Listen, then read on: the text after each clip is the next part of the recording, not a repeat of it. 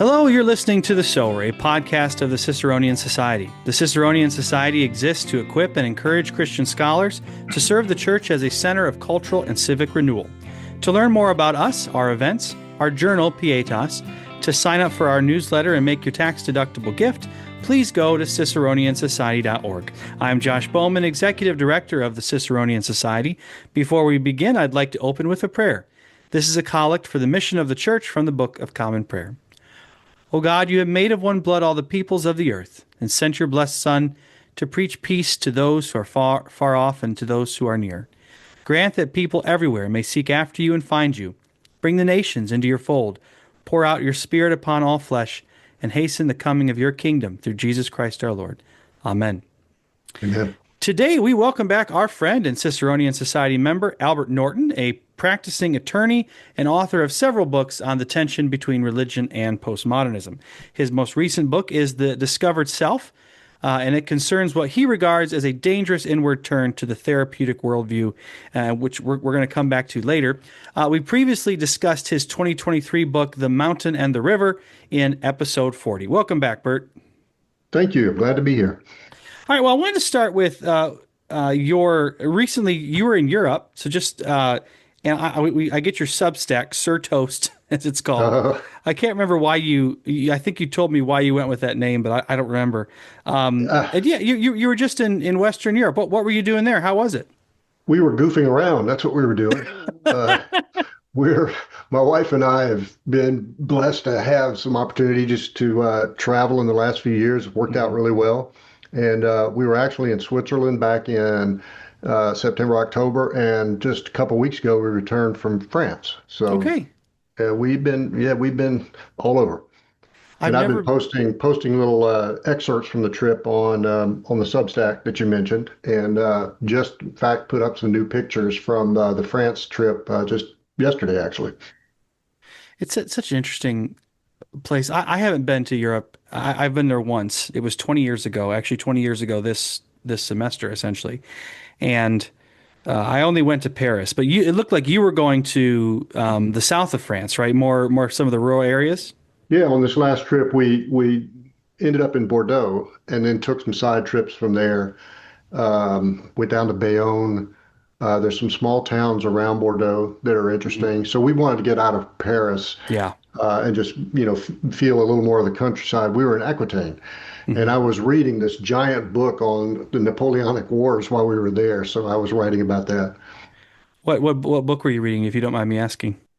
The Napoleonic Wars, Alexander Macaberidze. Is that the one that's like a global history? Yeah, it is. Yeah. And in fact, I learned more about the United States than Yeah. than I ever knew before. So this is a lot of background, for example, on France versus Britain and all of the controversy there.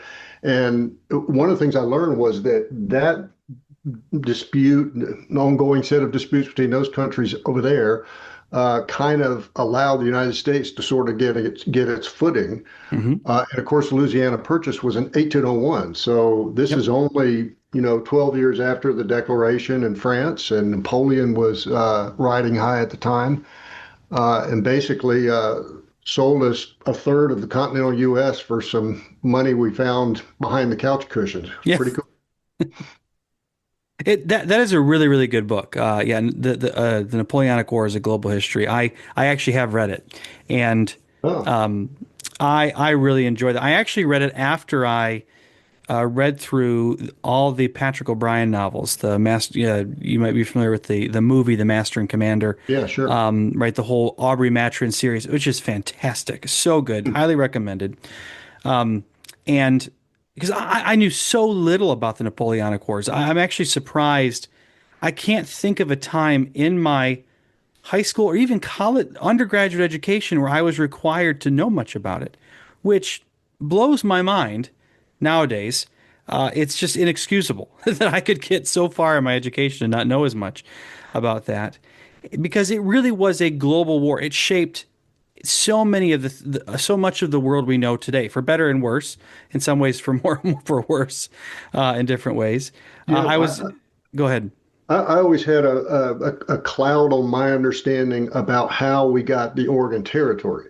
And I mean, I read an awful lot about the Oregon Trail and all that a few years ago, but I didn't appreciate that the conflicts between France and Spain, I mean, France and Britain were the Hmm. reason that Britain was not really able to exploit its trade concessions that it had with Spain for that part of the western coast. And Hmm. because of that, we could rush in there with a bunch of settlers and populate it, Yep. so that Britain's claim to it, such as it was, they just couldn't do anything with it. Well, and that book also sheds a lot of light on the War of 1812, which Americans in particular have overwhelmingly ignored. We don't think about it very much. The Canadians spend a lot of time on it in their education at times. Hmm. But growing up in Southeast Michigan, where it was a major place for the War of 1812, especially Detroit, and all along the shores of Lake Erie on both sides, the American and Canadian side. We thought about it, but I didn't realize until I left Michigan for a time that people just did not think about the War of 1812 at all. But that was a piece in a way of the Napoleonic Wars Hmm. and part of that key context. In many ways, we survived that war because Napoleon, you're right, escaped Elba and came back to for the what is it, the 100 days. That's actually more than 100 days. Right. So, anyways, we could talk about that stuff forever. I love it, and it actually gets to a little bit of what you're focusing on, which is this notion of postmodernism. Because if we Mhm. want to look at a place that has is beholden to postmodernism, Europe would be it, in particular. I'm wondering, just you know, you we talked about this in the last episode with you. When you think of postmodernism, how do you define it?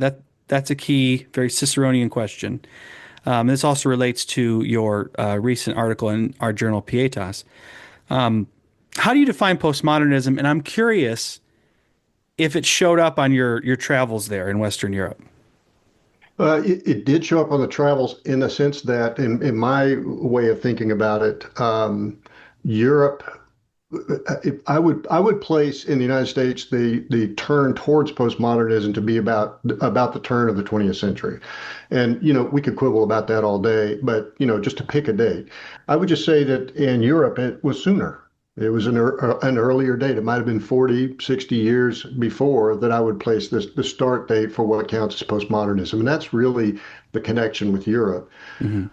In the United States. And by the way, the reason I placed the beginning of postmodernism there, it's whatever comes after modernism. So when would you say that is? You could Yeah.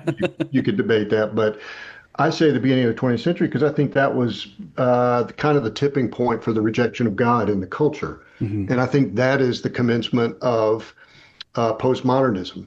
And philosophically, what happens after the about the beginning of postmodernism, uh, it's not just, and this goes back to the Pietas article, it's not just that we reject God and then everything falls apart. It's not quite that simple. In fact, we could still have a pretty much secular society that somewhat still holds together if, okay, we've rejected God, but we still maintain some sense of moral realism in Hmm. that we still accept that there's a right and wrong that's sort of written into the stars, and it universally applies, and we can hold these truths in common and thereby have some basis upon which to talk to each other about things. But if you reject not only God, but the moral realism that you could say that in the Christian understanding God sponsors, well, then you're really adrift and you're having a hard time politically and being able to come to agreement about anything. And all you got to do is pick up the paper any day and see exactly how that's working out for us. So is postmodernism essentially just this, how do I say it? A rejection of truth in any objective sense. It's kind of just blanket relativism, subjectivism.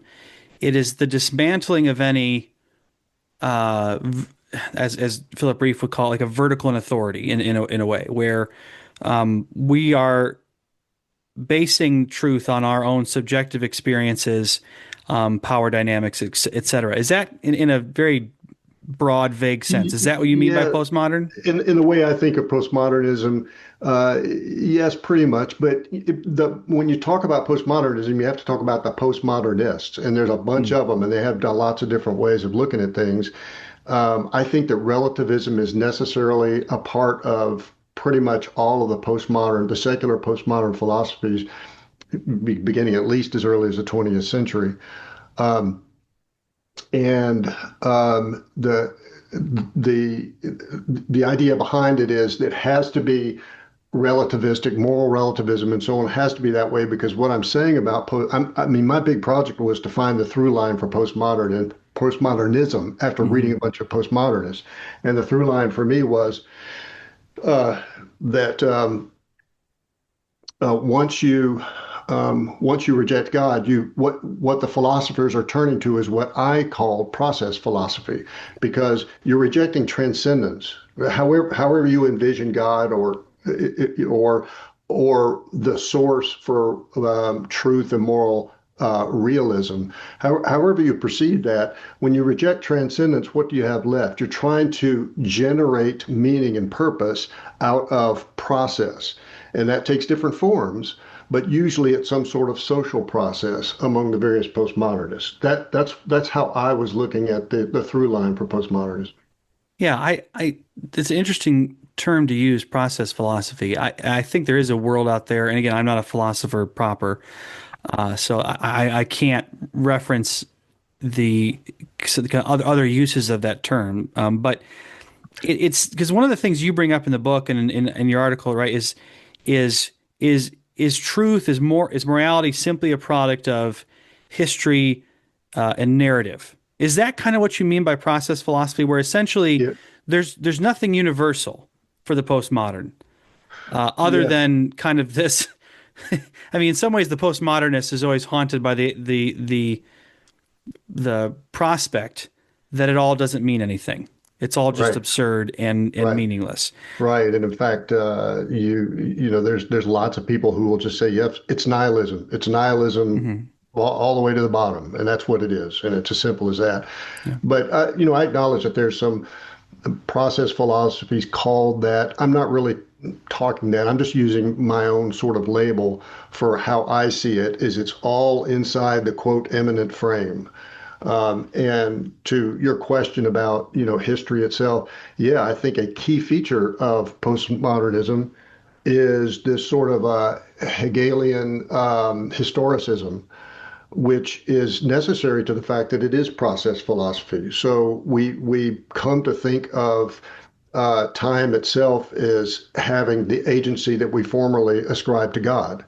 So there's a kind of telos in Christianity, but that's sort of out the window. And now history itself replaces God, and history itself is the generator of purpose and meaning. So you want to know what's right or wrong on a given day. Well, where are we in history? So it's like when somebody gets upset. You maybe had this experience. I can't believe we're still having this discussion in Yeah. 2026. What's the matter with us? Right. Well, what do they mean by that? They must mean that they think that we've evolved past it somehow, and that is the way you look at it if you subscribe to historicism. Whereas somebody of my disposition would look at it and go, why can't we debate it? Because there's an ultimate right or wrong about it. And let's figure out what that is. I'm not, it's not that I'm trying to relitigate everything. I'm just trying to understand what's right and true in the first place. Yeah, and I think that's one of the things I like about both of your books that I've read so far is this very human struggle, right? I mean, Yeah. it's someone who's honestly and humbly saying, what is the truth? What am I supposed to do? Hmm. And I think that's at the heart of the life of the mind. But I'm going to say push back, but I actually don't think we disagree with each other. There's because there's one way to look at historicism, which is kind of maybe not process philosophy, but a kind of myth of progress, right? It's the I don't want to Hmm. be part of the dustbin of history, the Hegelian Marxist view of, history is moving in a particular inexorably in this direction of justice, right? Okay. Where all these things are going to resolve themselves. If that is the last word on historicism, I'm with you there, where essentially, that because that perspective it closes off debate, closes off questions, and it actually just kind of steamrolls over reality, right? It's like we're going this direction whether you like it or not, and you better hop on the train. And if you don't, we're just going to run you over with it, right? That's ideology there, right? That's certainly a perspective we see today. It's certainly a perspective that, in many ways, it's nihilism because it denies, it elevates the power of whoever is behind the myth of progress above and beyond, and there's nothing beyond that, right? We're moving in this direction because these people, this body of thought, has decided we're going to keep moving forward. Now, there's another way to think of this, which is more, to oversimplify it, Aristotelian, where essentially there are things that are relative and subjective without doing damage to the universal truth. So the classic example, this is why I think that you actually are going to agree with me on this, is of course the incarnation, right? If history and particularity is the enemy of universality and truth, then how could God become man, right? Aristotle would also put it like this, again, oversimplifying a little bit here in his critique of Plato, that Plato thought the forms, right, were more real than any instantiation of the form in this life. And so there is goodness and truth, but there are elements that are essentially relative to time and place and people, but there's also universality within that. So again, I don't want to take this too far because, again, I think we could go down a rabbit hole here where if everything's relative, right, where everything is a particular of a universal, I don't think that's true, and neither did Aristotle. But there's a sense in which could you have a historicism or a historical way of thinking that serves the universal and looks to the universal without denying differences? Does that make sense? It does. I mean, I don't really have much to add to that. It sounds like sort of the age-old Aristotle versus Plato, right, of course, kind of discussion, which is why I mentioned at the beginning, or just a minute ago, that of course there's a Christian telos. I mean, I'm not. There's something there, and obviously, exactly right, because of the incarnation, we are going somewhere. History does have some kind of significance, but in a Christian context, I think that's where we look for it, and it's not, and it's a little bit vague and a little bit mysterious, and believing Christians can have different points of view about where we're headed and where we are on the timeline. To where we're headed, and I'm not a theologian either, so I can't say more about it than that, really. Yeah, and another thing that I thought of while reading your book, and this is a common thing I get with students in particular, but also plenty of folks in higher education. On the one hand, and I think this is even true of many Christian thinkers, they're willing to admit there's a universal truth, but they're scared to say, we need to plant our flag here. We need to say, this is true. This is beautiful. This is good. Because isn't that what totalitarian or tyrannical regimes do, right? From a political standpoint. If we go with any kind of absolutes, are we just flirting with authoritarianism, right? Instead of the discovered self, as your title says, are you actually advocating for, and you're not, but let's say, are you advocating for the determined self, right? This, stop trying to discover yourself, just shut up and accept this is who you are. Is that kind of, the alternative here, which again, I don't think that's where you're going, but how would you respond to that critique, right? Well, I'm not sure I understand the critique because you're headed. You're suggesting, well, gee, if we say there are some things that are absolutes, aren't we headed to totalitarianism? I don't think so. I think it's the exact opposite. I think if you reject any kind of absolutes, that's what takes you to totalitarianism, both individually, subjectively, and socially. Because what is totalitarianism? It is the totality of all that we are subsumed into the state, and all authority goes upward, so to speak, in that it all control, all authority, all meaning, all direction. I mean, I go back to Mussolini's original definition of fascism. That's what I think of as kind of the model for totalitarianism, and I think that's what happens when you pull all of your what you think is meaning and truth out of the flavor of the day in social evolution. Well, and I think there's also a sense in which, as soon as someone says this is true, they get worried that you're immediately going to impose this truth on people. But the other side of it is that, no, this is the truth and the truth will set you free. Not, this is the truth, shut up and accept it. It's that if you follow this truth, you will be more, what's the word here, in tune with, you're working with reality, with the created cosmos rather than against it. Because there is something to be said about, like, look, you can want this or that to be true all you want. But at the end of the day, it's not true. And if you just keep fighting reality, reality is going to win. And you might hurt a bunch of people on the way to fighting reality. I mean, that's, again, we're heading toward this discovered self, the critique in your book. So we this I'm puzzled by this modern or postmodern tendency to ascribe confidence in a way about truth and goodness and beauty to authoritarianism, because, again, just like you're saying, if we unmoor ourselves from anything solid, from anything sure, it's just the will of the stronger in that environment. And there's also, and it gets back to the whole critical theory philosophy of everything is power, essentially. Well, of course it is, if there's nothing true, if there's nothing above the powerful, right? If there's no reality beyond what we will it to be, then yeah, it's all about power. It's all about force. It's all about who wins, right? Right. And that's a scary place to be. That's not a place of freedom and autonomy. That's a place of slavery. Right. It's naked power where you don't even have the pushback that would be available to say, hey, that's wrong.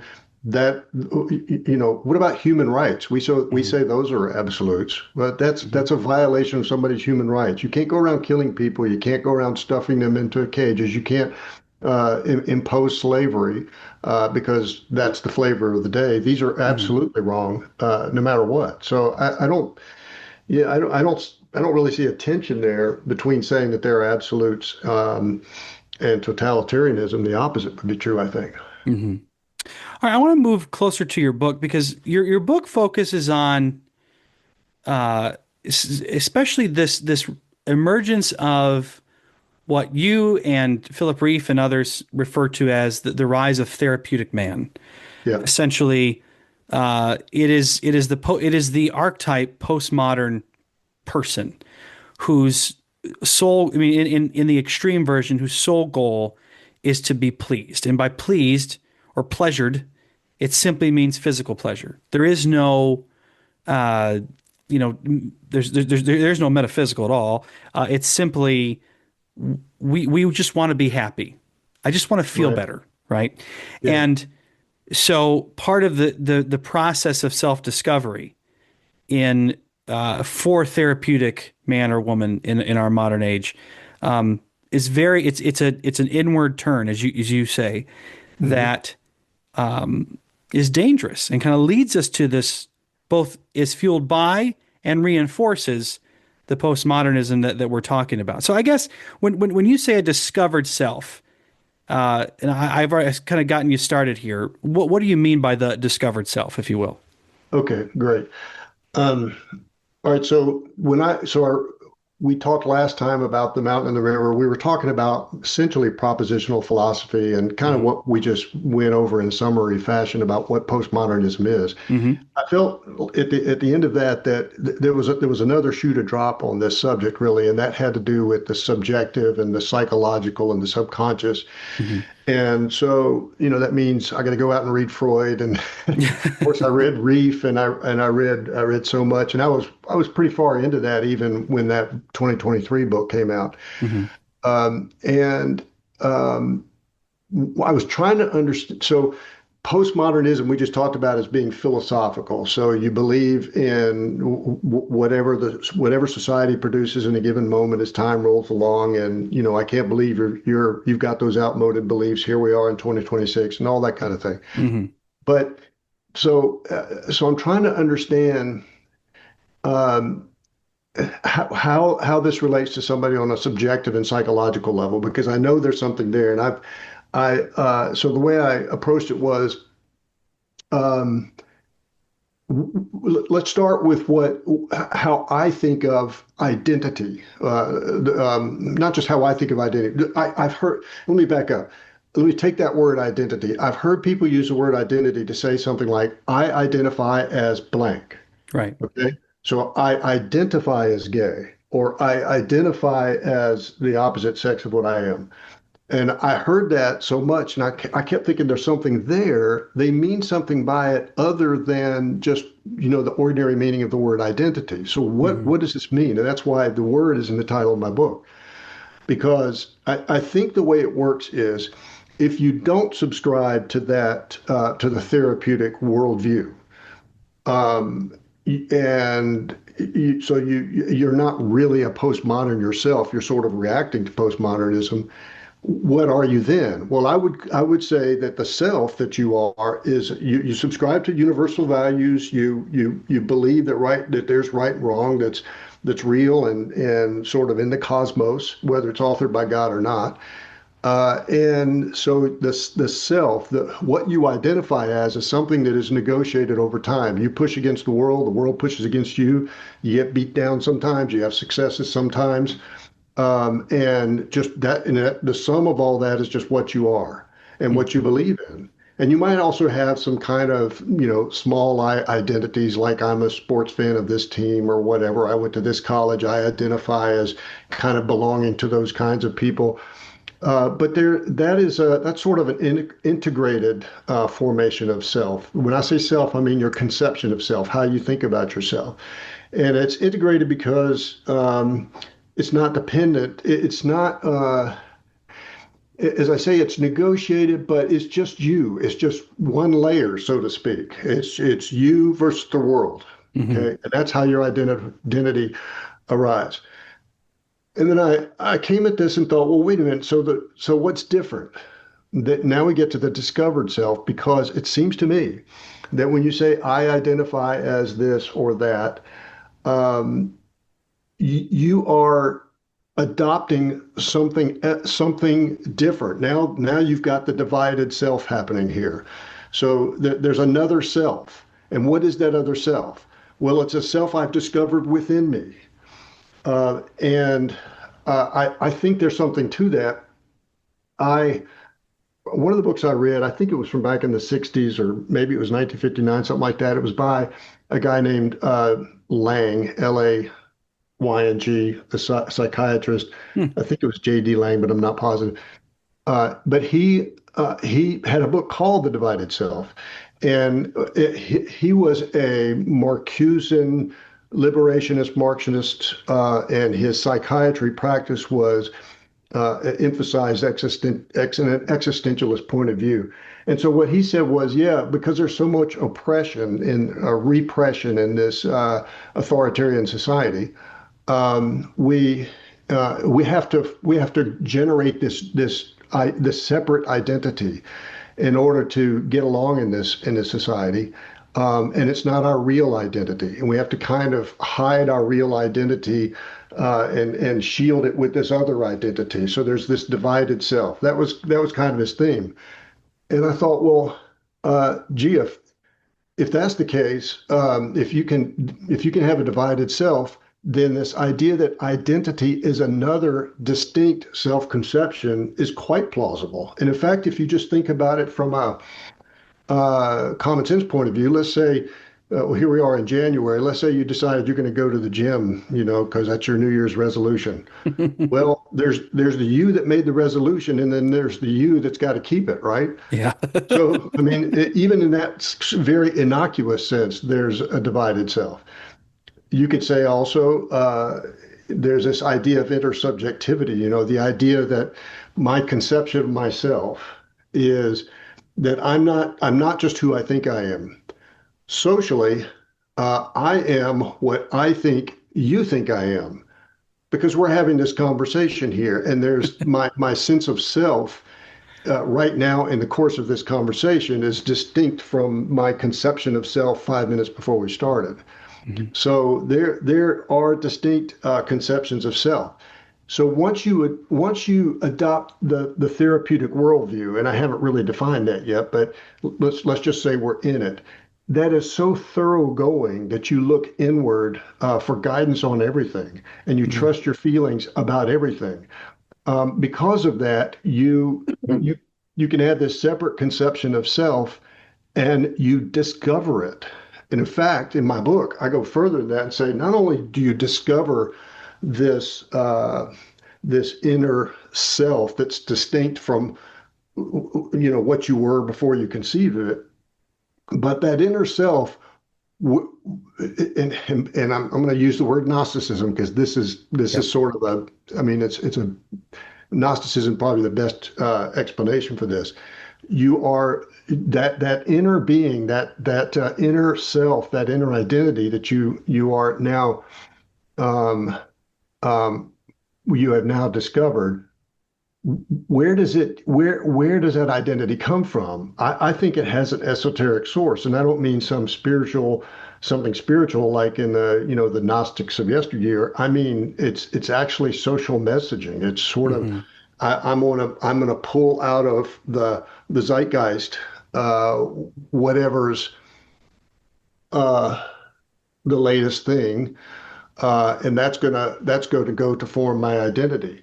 And I think that's true because it goes a long way towards explaining the social contagion of all these psychological maladies that people go Mhm. through. Mhm. Mhm. Because there isn't another explanation for it. I think it's from the discovered self. Well, let's back up a little bit. I want to kind of unpack a little bit of what you said because it makes me think of Rousseau. Makes me think right because his concept of nature, kind of Yeah. understanding like who I really am as this nature, unfettered from science, technology, tradition, etc.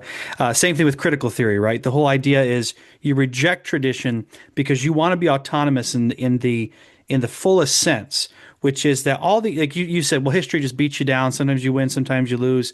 Like, and you have these affiliations and associations and families and experiences, and like you don't even want those to define you because it seems like you're less free, you're less autonomous if history has a say in who you are and who you're becoming. But I think, like you say, and what motivates so much of what you're writing here is I think I see compassion, right? Because there is a sense in which so much of postmodern humanity, especially in the West, when they ask the question, "Who am I?" they don't have good answers. They Right. don't. They don't know where to find them. And so, uh, theory, postmodern theory and critical theory, these traditions come along, if you will, these new traditions. Ironically, the tradition of critical theory, which rejects tradition, there's a way in which we say, no, the only way we're going to answer this question is if we discover it ourselves. The only way we're going to get an answer in which we're still free after we answer it is if we, discover this self within us and find it. And I think again, I think that's, but at the same time, I think it's a compassionate question. It's a situation in which many of these postmodernists asked the right question, who am I? And they gave the worst possible answer. Um, and so now what do we do? How do we rethink this? How can we, start over and ask this question in a way that doesn't lead us to subjectivism and relativism and postmodernism? Because the question's still there. Who am I? Yeah. Right? And so I'm wondering, and I want us to get to the discussion about the church. But as you were studying this, did you find that there's the who is answering the question well, right? And why is this notion of the therapeutic making it harder to Oh, ask and answer the question at all? yeah. Well, I probably should have reversed the order that I'm doing this, but Yeah. let me explain why I think the therapeutic mindset is so significant, Hmm. and why it leads one to discovering the self. And there's no freedom in that. You're just discovering the self. It just emerges somehow within me. Um, so I was steeped in Reef and Charles Taylor, and well, lots of others, Carl Truman, and I had read pretty much all of Freud. Hmm. And one of the things I read was Alistair McIntyre. I actually read his After Virtue, gosh, in the 80s, Hmm. and didn't really get much out of it at the time. So I reread it, and because I had seen so many references back to it in the discussions about the therapeutic worldview, and I started realizing, oh, this is profound. Hmm. Not just that he had profound insights, but that if you are given over to this therapeutic worldview, it's like you're a different kind of being, because it rests primarily on emotivism, which I came to understand better. It relates back to the positives, A.J. Ayer, and those kind of folks. The idea behind emotivism is that you evaluate uh, morality, truth, claims, movements in society, and so on. You evaluate all of that on the basis of how it makes you feel. And when I first kind of went back to Alistair McIntyre, I kind of went, it just sounds. I mean, who would do that? But I'm seeing that no, that is actually what's going on. You are how you first feel about something actually does dictate whether you believe something to be right or wrong, or whether or not you believe something to be true or false. How I feel about it. So you don't use any kind of external measure like some hierarchy of virtue and vice as you understand it. This is very significant. And I think how I came to understand how thoroughgoing, how completely of a mind change this is for somebody who's given over to the therapeutic is the idea that they still sort of speak the language of logos. And Hmm. so they can still talk to you and argue with you all day long about how wrong you are about your point of view about some social issue, but they're just using it manipulatively.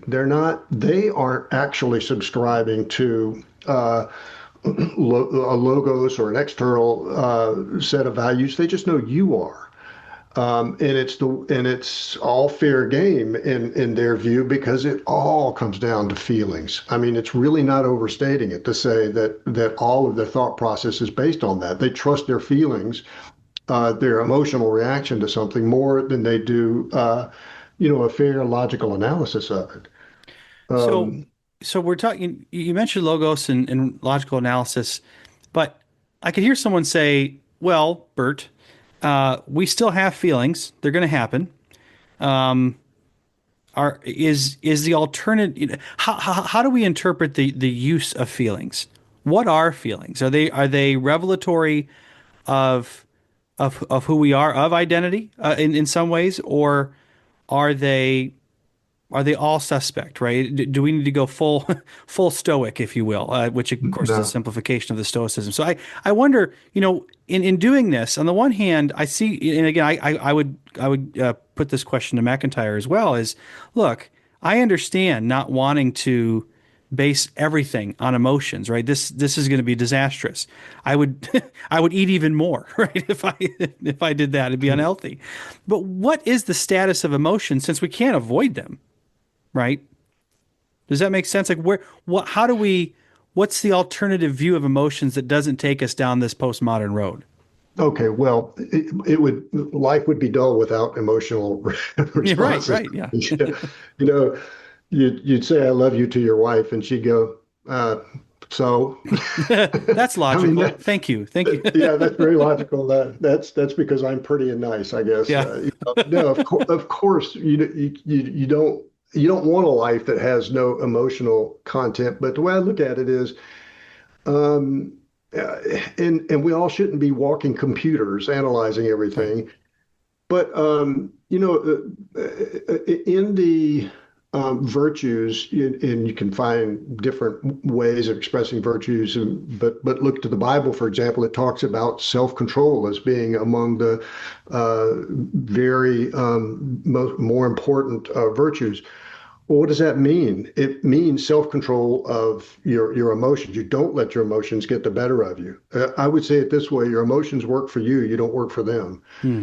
Hmm. And so you and I see this all the time with people who just they lose their minds over because they've been provoked, and Hmm. they think that it's part of their value system for some reason, that because they were provoked, they're justified in losing their minds in violence or whatever, and they're Hmm. not. That's an occasion for self-control. You don't lash out in anger just because something happened that you don't like.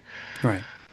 So that I mean that's the way I would approach it. But when I first read McIntyre and so on, I thought, well, of course we have these emotions.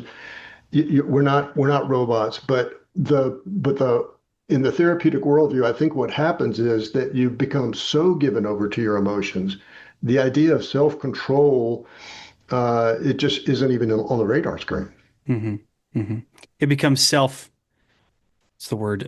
Just kind of self-liberation, right? Instead, Yeah, that it's well, ultimate liberation. Sure. yeah, that my impulses can only be good. I mean, that's kind of, what's funny is even Freud realizes that's disastrous, right? Freud is even going to come to the point of like, look, because Freud, of course, is an atheist, and he sees that we have these desires, we have these emotions, we want to realize our desires, but the superego is going to impose itself on the id, our desires, and it's going to make us unhappy, but we're just going to have to deal with it. Our ego is going to have to navigate this world of make your general unhappiness just more tolerable. It's this really dark Yeah, vision of yeah. Freud, essentially that the whole world conspires against your happiness, and that you just need to deal with it because Freud, at least in his mind, is going to admit like, look, if we just indulge everything we ever wanted, this is civilization will not work. But realize we have to have these remissions, these releases, these moments of escape from it. And of course, later on, some of his students and progeny, they're going to take it farther and be like, no, you don't, like, just free yourself from the superego entirely. Free Hmm. yourself from all tradition, from all contextual restraints, from all these teachings, from religion, especially, because all those things are trying to control you. Your id, your desires, your emotions, that's everything. And Right. Well, so, yeah. that's the Marcuse and company. That's Hmm. where the thought process is that, yeah, the superego, that's just the manifestation of authoritarianism in your life. Hmm. Yeah. You're a slave to your passions, right? This is what the classical Christian world saw, long before Freud. Yeah.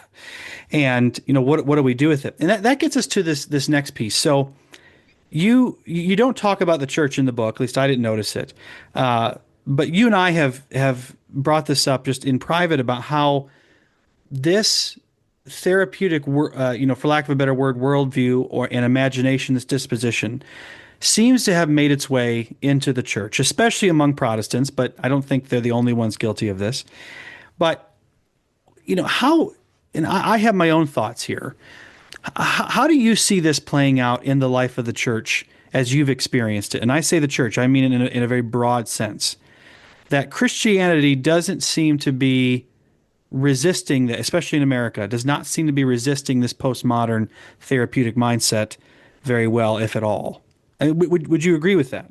I would agree with that. Yeah. The- And how have you seen it show up? Well, in the uh, going back to let's say the summer of Floyd and the pandemic and Hmm. all of the thought control and all of that was going on over the last 6 or so years, where critical theories, including critical race theory, and um, all forms of what you can now openly say are basically Marxist Hmm. of thought are were sort of hitting the church, and the church just didn't know what to do about it because the Hmm. church was unprepared and was unprepared. I read your article on intellectual discipleship that from last April, and Hmm. also I read carefully the article on Bashan and Alberta that you referred me to. And th those are fair indictments of the church that we have not been prepared. And I don't want to just lay this at the feet of pastors. Hmm. I mean, it's true of all of us. It is true of me. In fact, I look back on, you know, years and years of membership in a church, and why wasn't I more on the ball Yeah. with this? Because Hmm. it caught me off guard, and it caught the church leadership off guard. Let me give you a. You're familiar with Carl Trueman, I Yeah. suppose. So he's written so much in the last several years and has really been on the ball with this, Hmm. and has written specifically about the therapeutic worldview. But he wrote an article in November of 2020. So think about what was going on then. We're, I don't know, 9 months or so into the pandemic.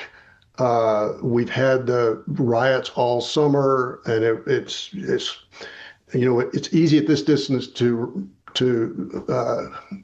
kind of forget how awful it was back then. Hmm. So this is when he's writing this. And he writes an article in for First Things, and he's talking about the therapeutic worldview. Now, when I read it, I wasn't nearly. I mean, I hadn't even done my 2023 book yet. I was just starting to learn about Reef and so on. Hmm. But he was really on the ball, and he was talking about the how the churches were sort of backfooted by all this.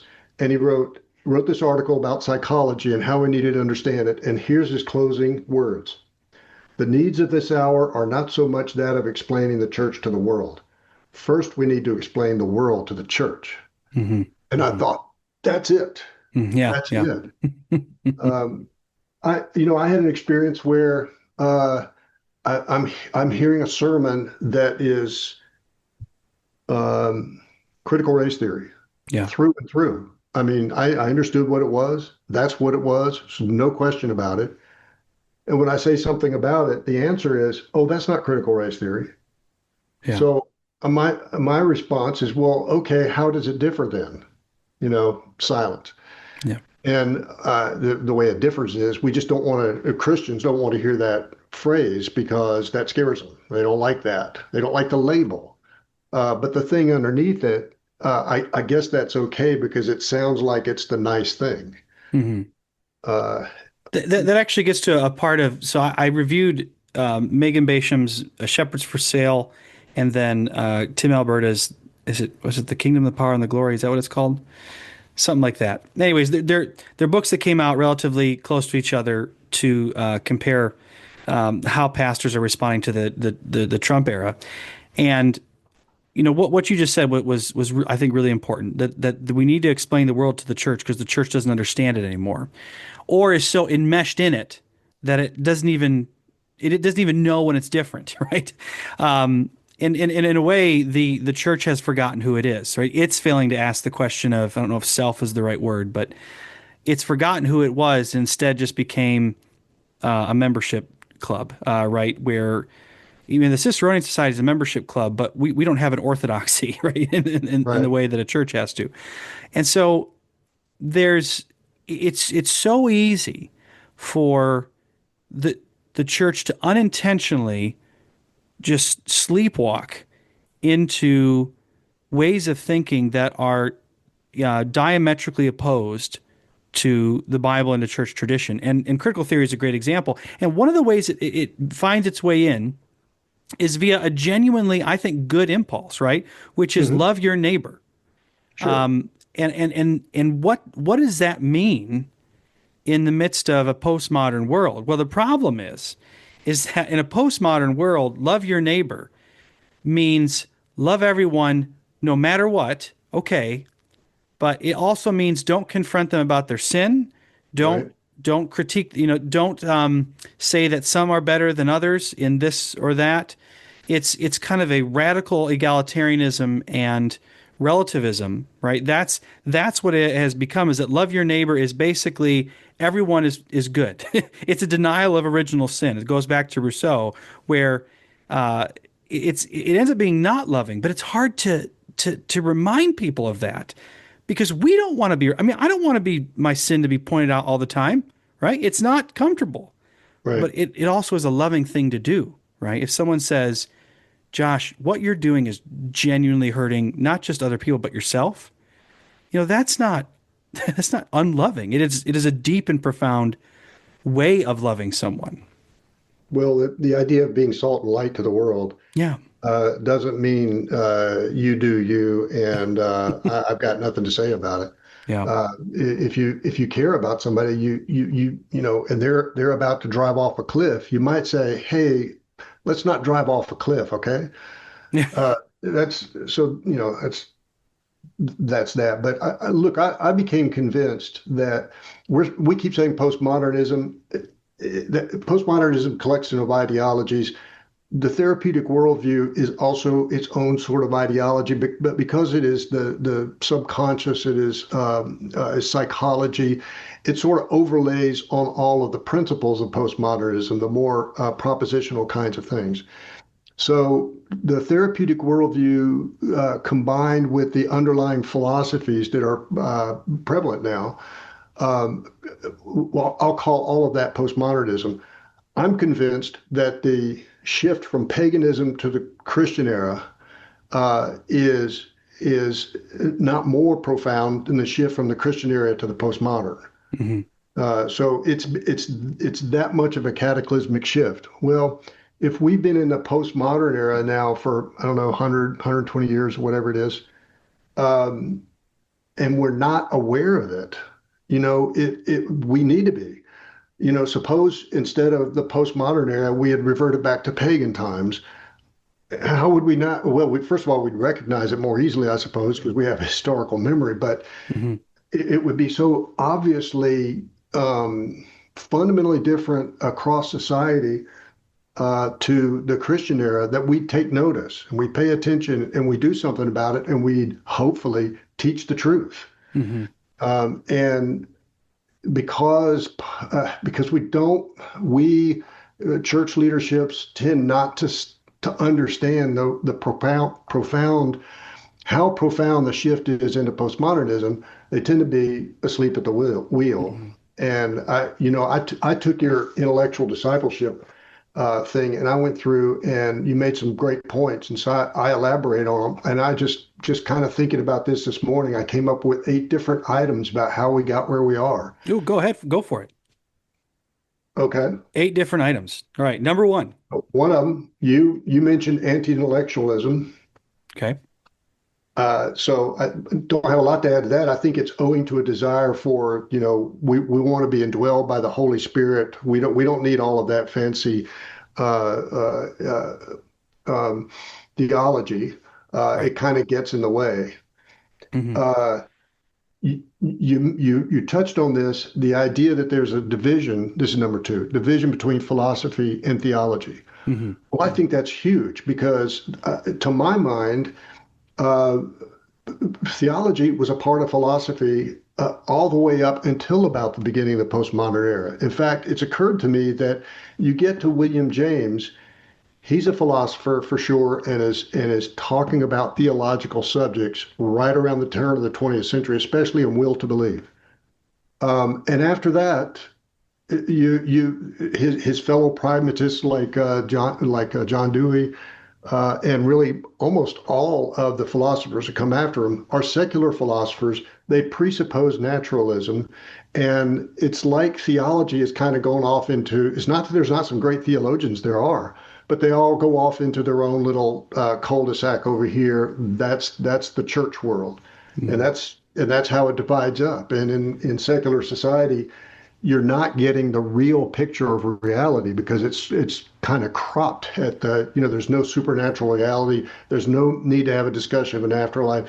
There's no need to discuss this human need for sacrifice and the idea that there can be redemption and the fact that you need to be redeemed because we're all Rousseau now.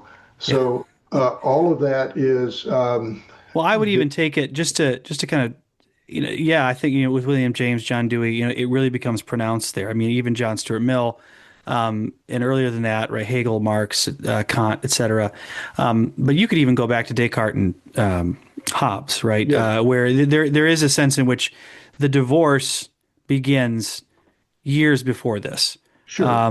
But it took a while to fully cement itself in the educated elite, the imagination.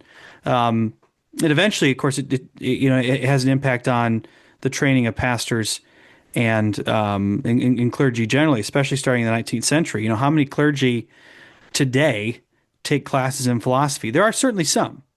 I think in terms of, I think the Catholic clergy, as well as Orthodox clergy, I think they're required to, depending on where they go. But Protestants, half the time, that's not it, right? That's not always the case. It sure is necessary because that's how you get around to explaining the world to the church. Yeah.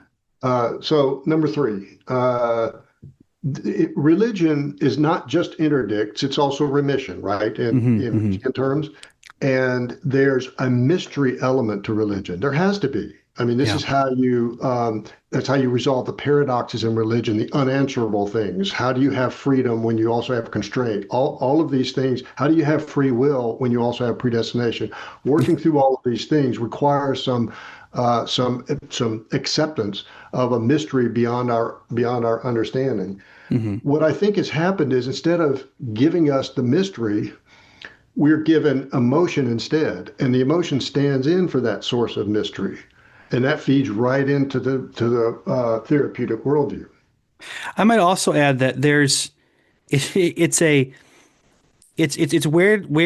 there's the anti-intellectualism you mentioned earlier, but it's where their critique is right, where their critique is at times that the highfalutin educated folk, they don't have faith. Well, you know what? They're right sometimes. That's exactly what's going on, right? I won't believe it unless the data tells me, unless you can prove it without a shadow of a doubt with all this empirical evidence. Now, I'm not dissing empirical evidence, but I do think there is a sense in which, sometimes intellectuals earn the animosity that they get, right? Especially when they dismiss things like faith and mystery, because that becomes a danger unto itself. Right. It betrays a lack of understanding of what faith even is. Right. And I don't mean faith is believing stuff that, is unbelievable because there's no empirical evidence. That's not what faith is. And I'm keep watching my Substacks because I'm going to write more on that. Yeah. Okay. All right. Number 4, I would say a lack of diligence in figuring out what the secular philosophers have been up to. And that's kind of what we've been talking about. Number 5, because we and the church leadership have not been paying attention to the direction of travel of secular philosophy, I think it has led us. We're caught off guard by the anti-life spirit of negation, I'm going to call it. Okay. That is a part of all of this postmodern philosophy, the sum of all of it combined with the therapeutic worldview. And that's sort of another way of saying we haven't been paying close enough attention, but this is sort of point to where it leads to, because the postmodern philosophy is not just anti-God, as if that weren't enough, but it's also really taking us down. I'm convinced. Yeah, and I would. It helps make sense of, how could a civilization that supposedly is more free, more autonomous, be so enthusiastic about abortion and euthanasia? You just look at Canada, for example. It's so rampant, right? There is a sense in which we have slept we're sleepwalk we think we're free, but we're just moving toward the abolition of man, right? In C.S. Lewis's words. Exactly. Yeah. Let's see, where was I? Number six. Hmm. I think that so we've had this attitude that we need to not uh, get political in our churches. Well, I think that's right up to a point. There's, back when left versus right was just really a question of, well, how socialist are we going to get how fast? Well, you Hmm. could say, yeah, let's keep that out of the church. But I think we're conflating culture and politics by saying, well, let's not have any politics. Hmm. Well, hang on a second. I'm not even sure left and right are really valid anymore. I mean, we've got some things going on that are culturally just poisonous. Yeah. And if we're not in the churches saying that and saying exactly why it's poisonous, instead of saying why, let's say, critical race theory is poisonous, we say why it's the way to be nice. We're not seeing it for what it is, and we're staying away from what are really poisonous cultural issues because it's quote politics unquote. Yeah, I think that's actually a really good point. There's an overreaction, right? Because on the one hand, and this is what Tim Alberta, I think, misses in his book as well, and Megan Bation, by the way. On the one hand, you have someone like Tim Alberta, who, in my view, was kind of moving the church away from politics altogether. And I'm sympathetic to saying, get out of the partisan stuff, right? If someone, I think we need to pray for our leaders. I think that's actually quite, objectively biblical. I think it's very clear in the Bible that, as a church, no matter who the president is, no matter who's in control of Congress, the Supreme Court, et cetera, we are called to pray for those people. But, endorsing candidates would be one thing. On the other hand, just completely ignoring it sounds very dangerous to me. It leaves open other disciplers, right? If you're not going to shepherd your people, who someone's going to, right? Someone is going to be responsible for the political and moral and social formation of your flock, pastor. Is it going to be you? Is it going to be you and your diocese? Is it going to be you and your elders? Or is it going to be YouTube and whatever the loudest voice is? And I think there is a danger there, right? I'm not advocating for churches to move in a partisan direction, but I think you're right, Bert, that we need to say, like, this is who we are as a congregation, as a denomination, as what we believe, and we're going to draw a line in the sand. Abortion is not okay. Euthanasia is not okay. You can say that's political, but I don't care. Yeah. It is the truth. And so I think there's an element of, you're right. There's a fear, in part because, going back to intellectual discipleship, pastors are not prepared to think about these questions that well, Yeah. right? Right. Oh. And if you don't speak to it at all, you're backhandedly validating uh, maybe not a particular candidate or a particular position even, Hmm. but you're validating the notion that we're just that all of this is neutral and how you vote is none of Hmm. my business and none of this really matters to your life as a Christian because for whatever reason, Yeah. we're all going to die and go to heaven anyway, so who cares? Yeah. Yeah. Okay, number seven, as I was going to say, the therapeutic mindset. As I said, in my way of thinking about it, sort of superimposes on the philosophical postmodernism. But the therapeutic mindset itself softens intellectual formation. So you start out with an insufficient intellectual formation. The more you go to emotion and these the songs that are intended to evoke emotion in worship service, and that's taking the place of the mystery and charisma of religion. Hmm. It's also softening the ability to engage in intellectual formation, and that really makes us vulnerable to throwing over the whole Christian project because at some point it'll seem like it no longer makes sense. It's eclipsed by the intellectual rigor that you can still see going on out there in secular philosophy, which presupposes naturalism. Hmm. Hmm. Hmm. Yeah. And that's, yeah. I mean, the therapeutic worldview also it influences or provokes or inspires a Christianity that, or, quote unquote Christianity that costs you nothing, right? It is a Christianity that makes you feel good, right? It's a Christianity that feels more like a support group Yeah. than anything else. Well, it's hard, if not impossible, to learn in that environment, to be stretched, to be challenged, to grow, right? Why even have confession? What have I done wrong? I mean, the ultimate. I've never seen anyone actually do this, but I can imagine this needs to be in a short story of some kind, where essentially the therapeutic pastor leads the congregation in a confession of everyone else's sins, right?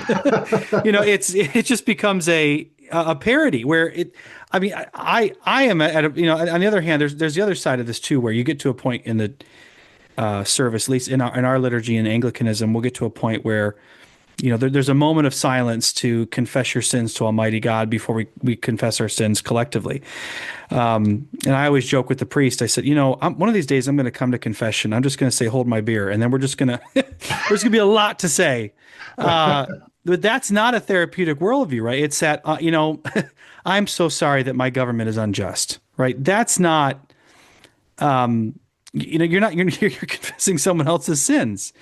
But you can't be absolved for someone else's sins either, right? And so I think there's a lot to be said about that, Bert. I think that therapeutic worldview also hinders the intellectual side of Christianity as well, because if church is simply another support group, if it's simply therapy, why would it be a place of learning? Because learning is stressful. Learning is not always fun. Learning means you're going to have to think hard, and you may have to be wrong and admit it, right? Yeah. You got to deal with your syndromes, not your sin. Yeah, right. Okay, number 8. To me, I have a criticism. I'm not sure what to do about this. I'm not sure specifically how to say this should be different. Okay. But very much a consumer-oriented model for doing church. Mm-hmm. And this bothers me because it gets directly in the way of, now you used this phrase and I really liked it, so I'm stealing it. You talked about instead of making bigger churches, make bigger Christians. Mm-hmm. Mm-hmm. And I think that's exactly right, because, for one thing, I don't go to church in order to be affirmed in everything I do. Right. I go there to contemplate my maker and to figure out how I need to get my life in the right direction and to express worship. If I'm just going there and participating in programs and the church is getting bigger and yay, the church is doing so well, and our pastor's really stepping up in the standings, he's almost a celebrity pastor. If that's the way I'm thinking about church, then we're just doing it totally wrong. Absolutely. Yeah, that quote of bigger Christians, by the way, comes from Dallas Willard's book, The Divine Conspiracy, which is, I cannot recommend highly enough for those of you listening. If you've never read that, it's a challenging book. It's a great example, actually, of the combination of philosophy and theology, which Dallas Willard, I think, uniquely in our particular moment is of course, he passed away several years ago, but he married them very well. He is a philosopher and a theologian, and he put them together in ways that are profound. And that notion of getting to bigger Christians, a primarily transaction, market, consumer-driven church can't get there because I'm not against free markets, but in order for the market to work, people demand something that the market supplies. Whether that demand is morally upright or the supply is morally upright is irrelevant. It's that the market is going to supply what is being demanded, ideally, right? And then prices will tell you different things. So I'm not getting into an economics lesson, but that's not the way the church is meant to work. I don't think that's controversial in the sense that we are called to make disciples of all nations, as the Bible says. That is not going to be in demand. Right. It is not going to be the most popular thing on the market, if you will. There's not a giant market to be like, hey, can you please, think about what Christianity calls us to do. It calls us to come and die to self, take up your cross and follow me. Right. Offer your bodies as living sacrifices. It's not a path for the people who just want to feel good and have an easy life. That's ridiculous. Yeah. And so I think there is a sense in which I brought this up in that article, is that, intellectual discipleship is only, I didn't say it like this, but intellectual discipleship, whatever it looks like in your given church, is only going to emerge if your ecclesiological premise is that this congregation, this church, these worship services are not about you. They're not about your feelings. They are about the worship of the one true, holy, only God. And that we want to know him and his creation more, and therefore we are willing to learn at the cost of our time, our energy, and at times our feelings. Right? I think there's the part where the anti-intellectualism, your number 1 and your number 8 come full circle, right? Yeah. So I think that's kind of where we're at. That's well said. Yeah. Well, Bert, I think we've exhausted this topic, and we could talk forever about it. We just exhausted me because I have to go shovel 3 feet of snow off my driveway. Actually, it's not 3 feet right now. It's closer to 6 inches, but it has been 3 feet over the last week. So I won't even start. All you people in the South complaining about your 5 inches of snow.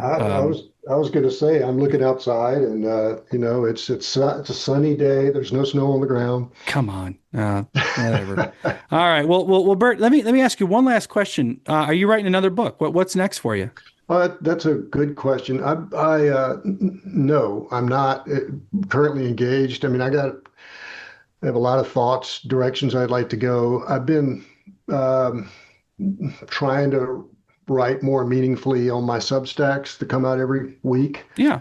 That keeps me busy. I write letters to my whole family and a bunch of other people every so often, but at the end of every year, I make a book out of it. Oh, wow. Okay. So I guess you could call that a book. Yeah. All right. The collected works of Albert Norton. That's only like that. Someday. Well, thank you so much for joining us. I'm looking forward to seeing you at our conference in Omaha.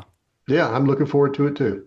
All right. Well, you've been listening to The Sower, a production of the Ciceronian Society. If you've enjoyed this conversation, we hope you'll consider signing up for our newsletter and joining us for a future event. The 2026 conference will be at Creighton University in Omaha, Nebraska, March 12th through the 14th. I don't quite know when this will be published, but registration will close on or around March 1st.